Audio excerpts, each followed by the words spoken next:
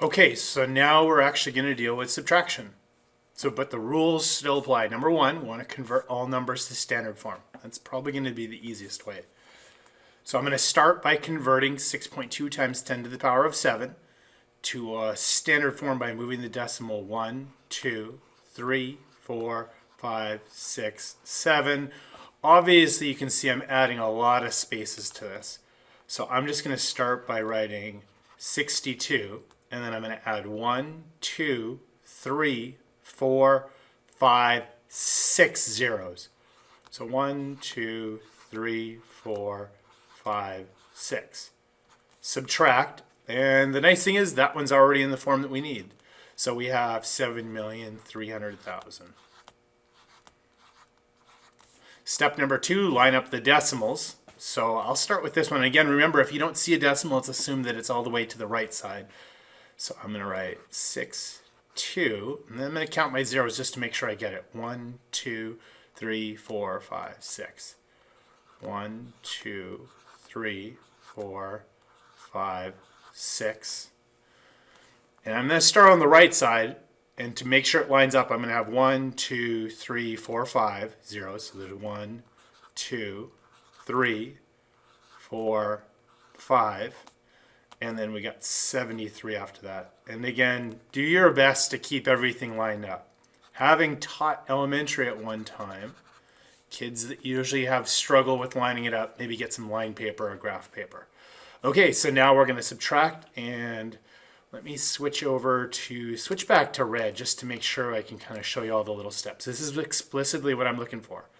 0 minus 0 is pretty easy. 0 minus 0, 0 minus 0, 0 minus 0, 0 minus 0, and now we step back all the way to elementary. To subtract 3 from 0, we're going to regroup. I'm going to cross out the 2, make it a 1. I'm going to cross out the 0, and now that's 10. So after 10 minus 3, we get 7. And again, I want to subtract 7 from 1, so I'm going to borrow from the 6 or regroup, so that's going to be a 5.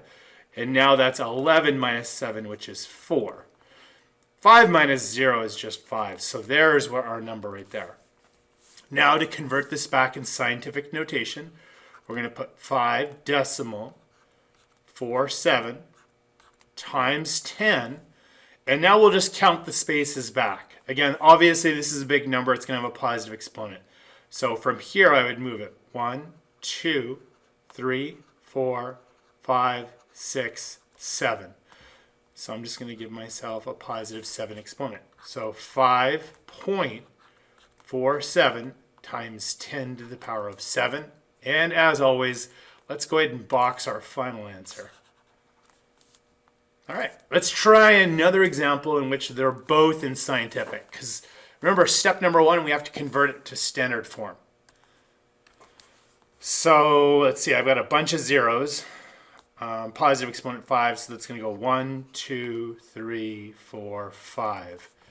And then this one here is going to be moving to the right, 1, 2, 3, 4. So switching over, I'm going to write 5, 1, 5. And then I would have to add 1, 2, 3 zeros. So there's 1, 2, 3. Subtract. Now I'm going to write 403. And then I would have to add 2 zeros here. So now that we have it written in standard form, we're going to line up the decimals. Again, don't forget to write the first number on top. 515,000. Again, it's assumed that the decimal is here.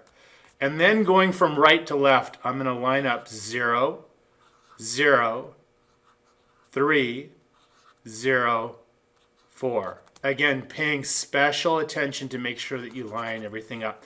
You have to line up the decimals. Again, it's assumed that it's right there. So now when I subtract, 0 minus 0 is, I'm going to switch over to red just to make sure you can see the little steps here. 0 minus 0 is 0. 0 minus 0 is 0. If I want to subtract 3 from 0, I'm going to regroup. I'm going to cross out the 5, make it a 4. Cross out the 0, that's going to give me 10. 10 minus 3 is 7. 4 minus 0 is 4. 4 subtracted from 1, again, I'm going to have to regroup. I'm going to cross out the 5, make it a 4. Cross out the 1, make that 11. 11 minus 4 is 7. And then 4 minus 0 is 4. So it looks like I've got, let's see, 4.747 times 10, and now let's count our places back. 1, 2, 3, 4, 5. So 4.747 times 10 to the power of 5. And we'll write that down in here. And there you have it. That's how we're going to deal with subtraction. So pretty much the same thing. And you get kind of a review of what you did, or they call that a nostalgic feeling. This reminds me of when I taught 4th grade, dealing with addition, subtraction. So hopefully you found that helpful.